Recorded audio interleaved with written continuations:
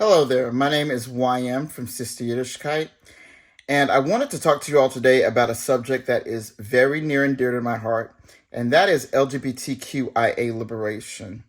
Specifically, LGBTQIA liberation in the Western Imperialist core. If you've been keeping up with what's happening in the United States and the United Kingdom nowadays, you know LGBTQIA communities, especially transgender, non-binary communities, are dealing with an onslaught of systemic, society-wide transphobia, not only from mass media and random bigots on the street, but attacks from people in the houses of government, from local councils and parliament in Britain, and state legislatures and Congress in the United States.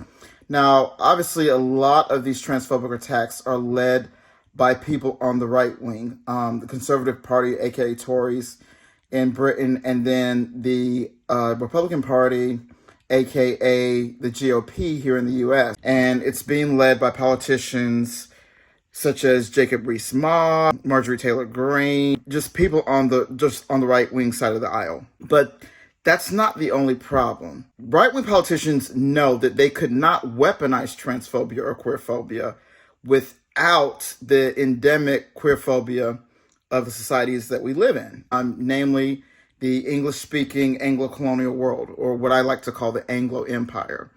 The Anglo Empire being the joint power of Britain and the United States globally. And we still exact, even though the British Empire is not, I guess is no longer a thing, we definitely have the American Empire, and we have American geopolitical power exacting its influence all over the world with Britain's support, so-called special relationship and all that.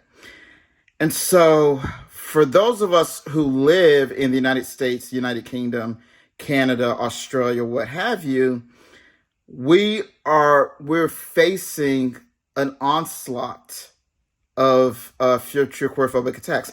And mind you, even if you live in Canada or New Zealand or Australia, please do not assume you're safe from queerphobia, because what happens in Britain and the United States impacts you all as well.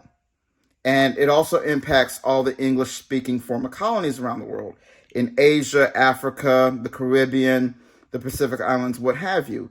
No one is completely safe from British and American influence on this earth. No one. So, whatever political violence, fascist tendencies are happening in the US and the UK, it can affect everyone worldwide. In addition, what have the so-called liberal, progressive, rather centrist parties in the United States and the UK have done?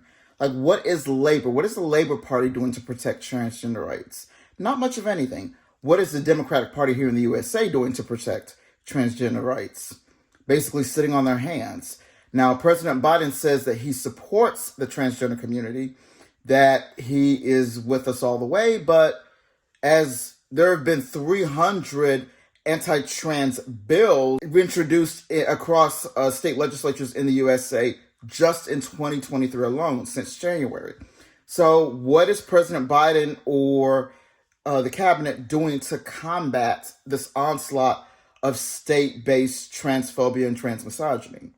I don't see Biden doing much of anything. He makes promises, but he's not there. In addition, both Britain and the US are dealing with cost of living crises. Inflation is sky high. People cannot afford rent or their heating bills or electricity. Now British politicians love to blame the war in Ukraine, but again, Britain and the US's problems with inflation and price gouging have nothing to do with any other country. These have been endemic problems in our countries for the better part of a century.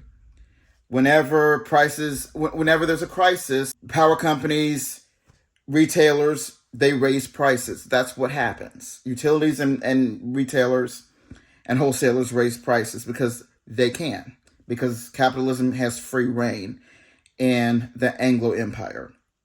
So that's another layer of stress that everyday people are under. And anytime you're dealing with economic stress, we know that makes marginalized communities like transgender people more vulnerable to fascism, not less. We are more vulnerable to fascism. And so who, in this climate of economic insecurity, political uncertainty, how can transgender people protect ourselves? How can we stay safe, right?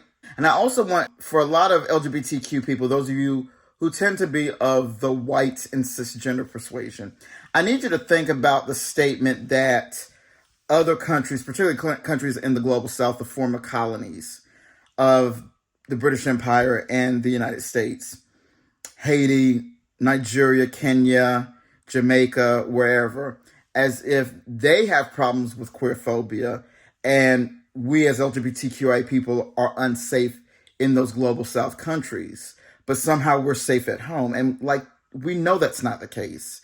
Again, we're living in climates in the US and the UK where transphobia and transmisogyny are on the rise.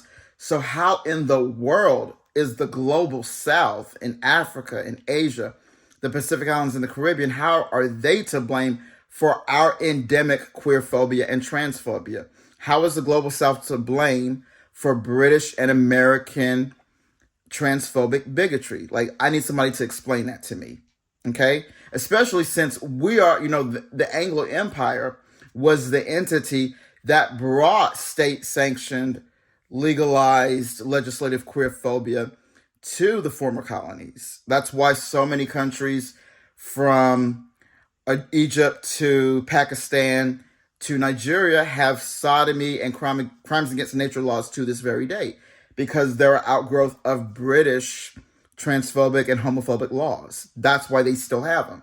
So again, why are we blaming the global south for our own weaponized bigotry toward queer trans people? As a transgender person who lives in the Anglo-imperialist world, in the Western imperialist core, I really want to ask my fellow queer trans people who live in the West to think about the things that we say and do, and how our understanding of queerphobia, or our lack of understanding thereof, impacts LGBTQIA people across the world.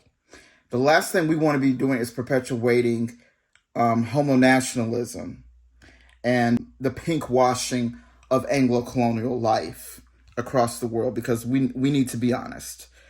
We live in countries that persecuted Oscar Wilde and Sylvia Rivera and Elon Nettles. Who are we to talk about anywhere in the global south, okay? And also, we have to figure, as LGBTQI people, it's really incumbent upon us to not only talk about transphobia and how harmful it is, but to talk about the transphobic history of fascism, the transphobic history of genocides like the Trail of Tears, like antebellum slavery in the United States, like the Nazi Holocaust.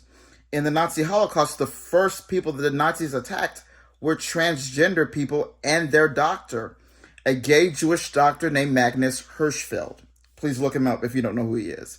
But they attacked Dr. Hirschfeld's research on transgender people, transgender medicine. And because we're talking about a largely queer community with transgender people and a gay Jewish doctor, no one in Germany at that time came to their aid, but they should have. People should have understood that an attack on transgender people is an attack on all marginalized communities, including Romani people, including Jewish people, including Black people and Asian people, anyone that was a minority in Germany at that time.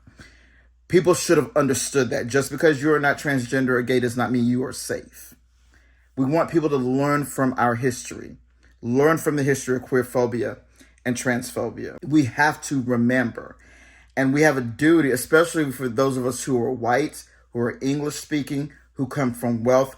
We have a special duty in this world to attack the fascist eugenicist roots of queerphobia and transphobia. We have to bring that understanding to the masses. We have to build solidarity. We have to create mutual aid and community care within our local communities. Because mutual aid and community care is how we fight fascism.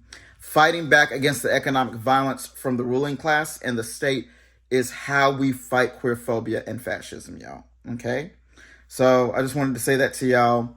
Thank you so much. Again, if you like the channel, please like this video and follow this channel. Just click subscribe and make sure you click on the bell to make sure you're getting updates from the channel as well. Thank you so much, everyone, and I'll talk to you all later. Bye.